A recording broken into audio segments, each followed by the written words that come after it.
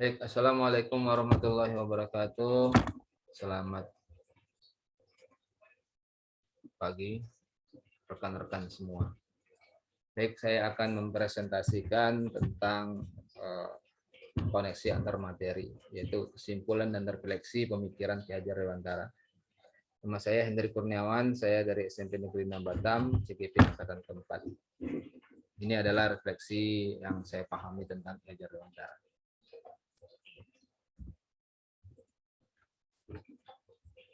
Di sini saya membagi menjadi 3 hal ya.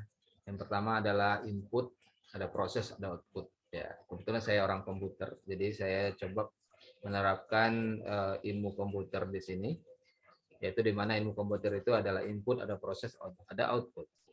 Input adalah siswa, ya, inputnya adalah siswa. Prosesnya adalah ya guru dan siswa, terjadi dalam proses pembelajaran itu seperti apa. Kemudian outputnya apa? Outputnya tentu siswa ya. Apa yang kita harapkan dari siswa itu output dalam pembelajaran ini. Ya. Karena yang paling penting adalah input siswa dan output adalah siswa. Gitu ya. Tujuan dari filosofi Ki Hajar Dewantara, tujuan dari pendidikan itu adalah seperti itu. Kemudian input siswa.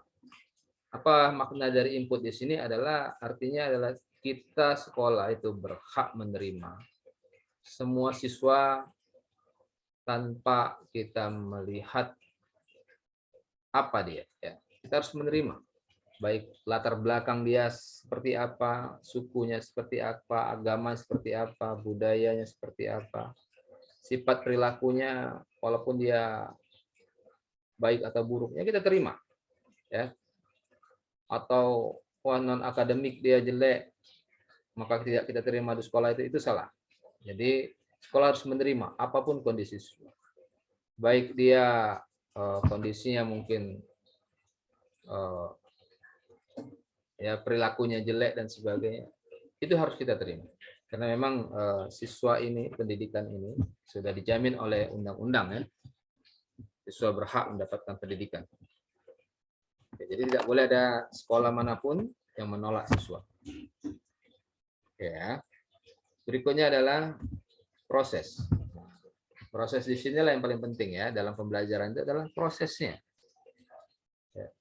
Kalau prosesnya bagus maka pendidikan insya Allah bagus. Yang pertama adalah pembelajaran merdeka. Bagaimana menerapkan pembelajaran merdeka? Seorang guru harus melakukan semboyan ing ngarso suntulodo ing madya mangunkarso tuturi handayani. Artinya adalah guru itu harus jadi teladan bagi siswa. Jadi contoh. Ya. Baik sikap, perilakunya, fisiknya, perapiannya, itu menjadi contoh bagi siswa. Makanya ketika menjadi seorang guru, dia harus punya budi pekerti yang baik dulu. Tutur kata yang baik dulu. Ya. Kita tidak bisa menjelaskan kepada anak disuruh baik, tapi kita juga tidak bisa bertutur kata yang baik. Tidak bisa. Jadi apapun gerak-gerik seorang guru itu akan ditiru oleh anak. Akan tertanam di dalam pikiran anak. Ya. Sampai kapanpun. Gitu. Jadi kita harus menjadi teladan. Di depan kita menjadi teladan. Ya, ing madya mangunfarsatut uri handayani. Jadi kita di belakangnya, ketika kita berada di belakang anak, kita menjadi pendorong, penyemangat. Ya. Ketika kita berada di samping anak, ya kita harus menjadi motivasi anak untuk terus maju. Kita kasih motivasinya, kita tuntun anak. Itu ya, makna dari semboyan tersebut. Kemudian ya kita harus memberikan pengajaran dan pendidikan. Nah ini, ya kita harus tahu pengajaran itu apa, pendidikan apa. Pengajaran itu adalah bagian dari pendidikan. Jadi kalau pengajaran itu kita merupakan proses memberi ilmu untuk kecakapan hidup anak secara lahir dan batin. Ya, proses memberi ilmu. Sedangkan pendidikan adalah memberi tuntunan terhadap segala kekuatan kodrat yang dimiliki anak agar ia mampu mencapai keselamatan dan kebahagiaan yang setinggi-tingginya. baik sebagai seorang manusia maupun sebagai anggota masyarakat. Nah, itu pendidikan. Jadi pendidikan itu ya kita harus menuntun kodrat anak agar dia anak ini bisa cakap hidupnya, ya, dan bisa diterapkan dalam kehidupan bermasyarakat sehingga anak itu nanti akan sejahtera hidupnya, akan selamat hidupnya dunia dan akhirat. Karena pendidikan inilah yang akan menyelamatkan seseorang baik dunia maupun di akhirat. Orang yang selamat dunia ya tentu harus punya pendidikan, punya ilmunya. Orang yang selamat akhirat ya tentu harus punya ilmunya. Ilmu itu bisa didapatkan dari pendidikan. Kemudian guru harus melakukan menuntun segala kodrat yang ada pada anak. Apa maksudnya ini adalah ya, guru harus paham. Mulai sekarang guru itu harus memahami kodrat anak, memahami apa minat bakat anak. Kemudian kita tuntun kodratnya. Ya, kita asah kodratnya, ya. Kita tuntun dan kita harus mulai sekarang belajar bagaimana memahami kodrat anak. Kita latih dia, kita arahkan dia. Ya. Kemudian misal anak kodratnya menjadi seorang pemain sepak bola ya kita arahkanlah dia mempunyai kemampuan di sana. Ya. Dia suka matematika, tentu tidak bisa kita paksakan dia untuk paham seni budaya. Kita paksa dia seni budaya karena kodrat dia yang menjadi keinginan dia, menjadi minat bakat dia adalah dia paham terhadap apa tadi? Dia akan paham terhadap kodratnya masing-masing. Sehingga ketika anak melaksanakan belajar sesuai kodratnya, maka anak itu akan termotivasi dalam belajar. Kemudian dalam melakukan proses pembelajaran kita harus paham kodrat alam dan kodrat zaman. Ya. Dalam menuntun anak itu kita harus paham kodrat alam dan kodrat zaman. Artinya apa? Ya, kita terapkanlah dalam pendidikan tersebut sesuai alam di lingkungannya. Ya. Kita ajak anak untuk memahami alam. Kita ajak belajar tentang alam. Kita masukkan pendidikan kita ke alam, ya, ke alam sekitar anak. Ya, kalau memang anak itu berada di lingkungan pantai, maka kita ajak ya memahami tentang masukkan kolaborasi pendidikan ke dalam lingkungan pantai. Anak seorang petani, lingkungannya petani, ya kita masuk ke sana. Kita berikan contoh-contoh tentang pertanian. Ya. Apakah semua mata pelajaran bisa? Ya bisa. Ya, teknologi, IPA, informatika, semua bisa masuk ke dalam ya, alam anak. Ya, kodrat alamnya saat itu. Kemudian kodrat zaman artinya ya kita mendidik anak sesuai zaman dia. Anak ini zamannya teknologi sekarang. Anak milenial sekarang. Maka kita tuntun dia sesuai dengan kodrat zamannya. Kita guru harus benar-benar menuntun. Karena memang alam anak sekarang ini alam sangat terbuka. Ya, bebas. Ya. Anak gampang sekali mengakses hal negatif. Ketika kita tidak tuntun dia dengan sesuai zaman dia, ya, maka bisa celaka anak ini. Ya. Bisa terkontaminasi dengan pemikiran-pemikiran negatif. Tapi apakah kita takut dengan hal negatif terjadi kepada anak? Ya, akses internet di mana-mana. Maka kita harus sekolah atau pendidikan harus memisahkan anak dari kodrat zamannya. Wah, ini sesuatu yang nggak bagus untuk kita lakukan. Sekolah banyak ketakutan, anak bawa HP, ketakutan. Tapi bagaimana kita membawa mereka ke zaman dia? Ya, anak suka media sosial, kita ajak. Ya, pendidikan itu kita terapkan dengan menggunakan media sosial. Seperti itu ya, itulah kodrat zaman. Jadi anak itu asik belajarnya. Tapi kalau zamannya dia media sosial, suka bermedia sosial, suka internet dan sebagainya, kita larang dia, kita ngajar seperti ya, zaman dahulu kala, ya, tentu anak tidak semangat dalam belajar. Ya. Kemudian seorang guru menjadi pamong. Pamong yaitu ya, pengasuh ya, ibaratnya atau bahasa kasarnya. Guru itu adalah menjadi penuntun, bukan instruktur, ya. Kamu. Kemudian memuliakan anak didik. Nah, kita harus memuliakan anak didik. Bapak Ibu, tugas kita adalah bagaimana kita mendidik anak, siapapun mereka. Anggaplah mereka sebagai anak kita sendiri. Bagaimana kita mendidik anak kita sendiri, kita akan memuliakan anak ketika kita mendidik anak sendiri. Maka kita perlakukan seperti itu juga kepada anak-anak didik kita yang ada di sekolah. Ini filosofi Ki Hajar Dewantara. Memuliakan anak didik, memanusiakan anak didik. Jangan anak didik jadikan musuh. Ya, selama ini kita, ya, anak didik itu kita biarkan saja. Karena kita beranggapan bukan anak kita. Nah, tidak boleh lagi. Sekarang kita harus memulai bagaimana anak didik itu adalah anak kita sendiri. Muliakan mereka sebagaimana kita memuliakan anak kita sendiri. Berikutnya, ya, seorang pendidik harus terbuka terhadap perubahan-perubahan zaman yang terjadi. Ya, kita mau tidak mau, ya, kita harus terbuka dengan arus globalisasi, arus derasnya informasi saat ini. Kita harus terbuka terhadap zaman, tetapi ya kita ambil budaya yang bagus dari luar. Ya, kalau tidak bagus ya kita jangan gunakan budaya tersebut dalam pembelajaran. Berikutnya adalah guru harus, ya, menurut saya harus melaksanakan 4 kompetensi guru. Nah, ini, ya, banyak guru yang lupa, banyak yang lupa apa sih kompetensi kita. Itu harus ingat. Guru harus mempunyai ada 4 kompetensi yang harus maksimal dilaksanakan. Ya, itu kompetensi profesional, ya, kompetensi kepribadiannya, kompetensi pedagogiknya, kompetensi sosial. Itu harus dilaksanakan secara maksimal. Kompetensi sosial adalah guru harus bermasyarakat, baik bersama guru, pada siswa, pada orang tua, harus, ya. Tidak bisa guru itu tidak mau bersosialisasi kepada masyarakat. Ya, masyarakat di sini adalah semua, ya, semua yang terlibat dalam pendidikan.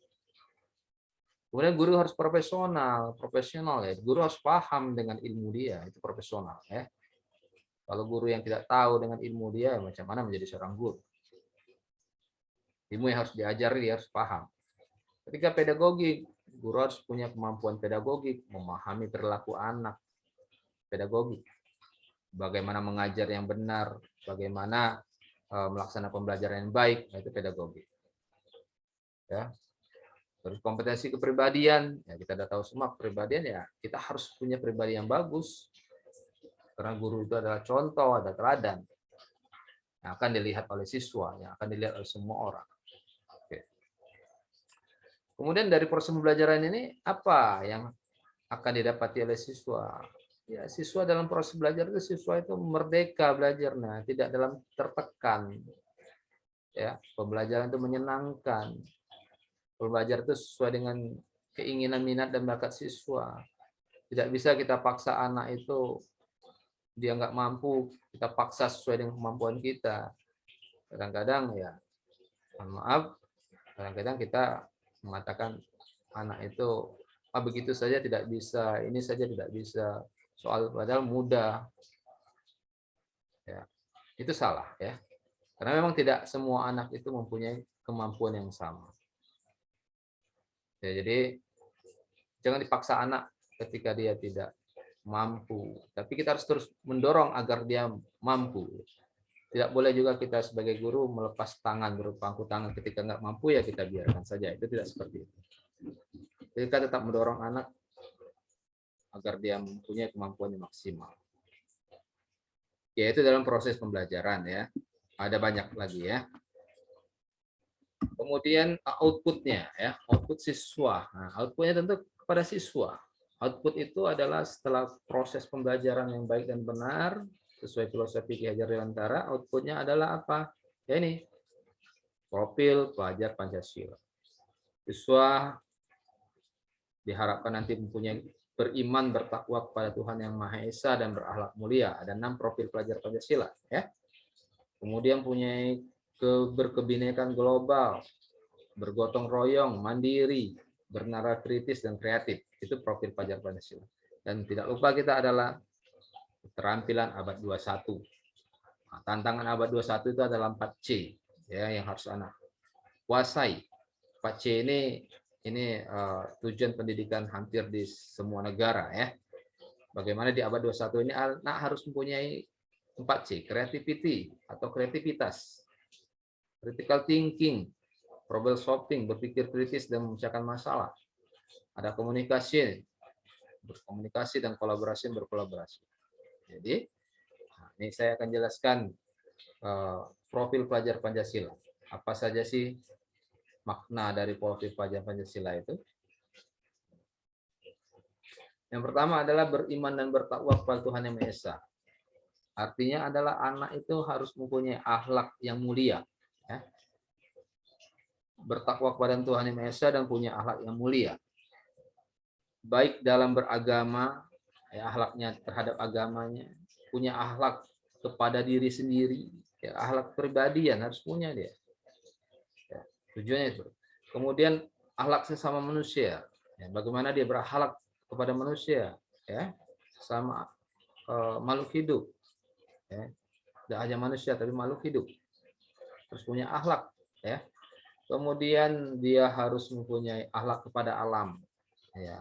Karena ini bagaimana mencintai alam, bagaimana memelihara alam, karena alam itu adalah makhluk hidup, ya. Gitu. Dan akhlak kepada negara, ya, tentu bangsa Indonesia, negara kita, ya. Artinya apa? Bagaimana kita mempunyai akhlak kepada negara, sopan santun terhadap, ya, tidak apa, tidak apa namanya, ya, tidak benci ya terhadap negara kita, karena kita demokrasi, ya, negara kita demokrasi, itu ya profil Pancasila seperti itu. Kemudian berkebinekaan global, artinya adalah untuk mencapai kebinekaan global, pelajar Indonesia harus dapat mengenal dan menghargai budaya, ya, budaya dia, dapat berkomunikasi dan berinteraksi antar budaya, ya, itu ya, interaksi komunikasi antar budaya, gitu. Ya, jadi itu artinya berkebinekaan global. Tidak hanya budaya kita ya, tapi berkebinekaan itu budaya luar juga kita serap.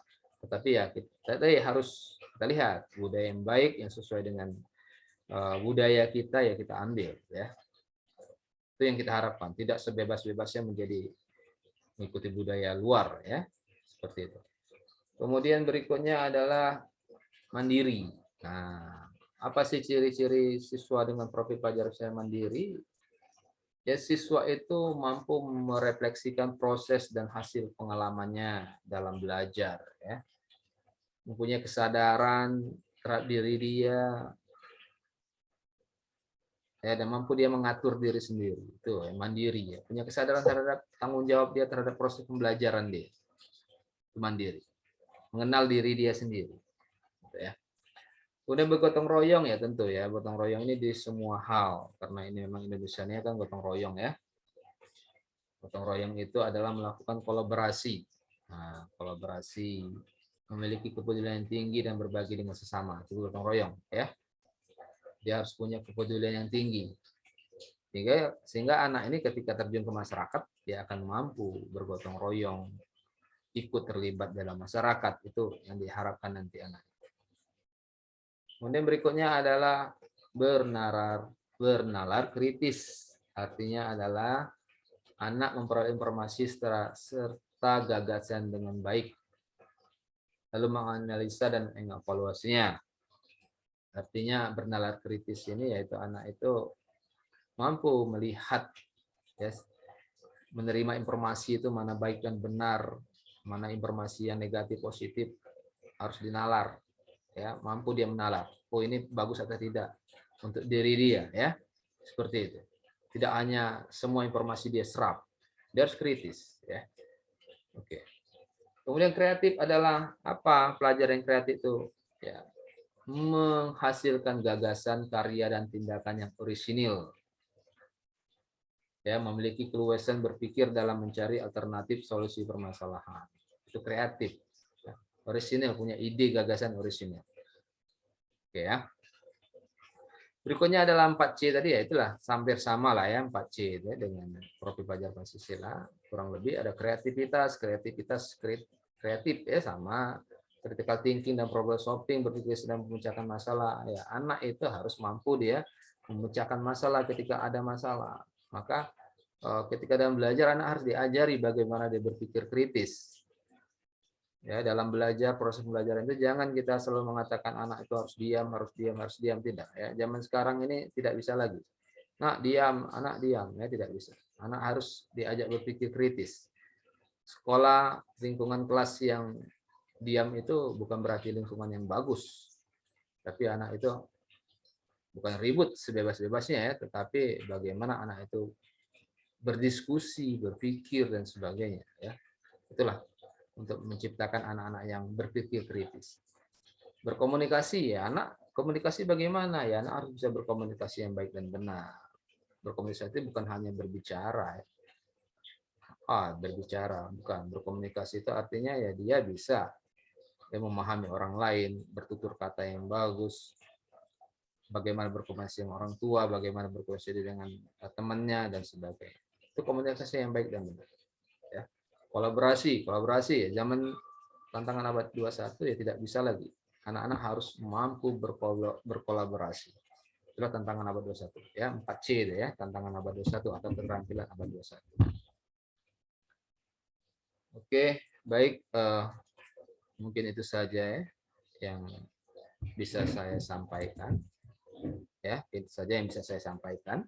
Bagaimana penerapan refleksi dari pemikiran Ki Hajar Dewantara. Terima kasih, mohon maaf. Mungkin terbatasan waktu juga, saya tidak bisa banyak menjelaskan. Yang paling penting adalah bagaimana kita bisa menerapkan ini semua dalam proses pembelajaran. Guru harus menjadi teladan, itu paling penting. Memuliakan anak, ya, memuliakan anak. Jadikan anak didik itu sebagai anak didik kita sendiri. Demikian dari saya tutup. Mohon maaf kalau ada kata yang kurang tepat, saya tutup. Wabillahi taufiq wal hidayah. Wassalamualaikum warahmatullahi wabarakatuh. Selamat pagi semua. Salam guru penggerak.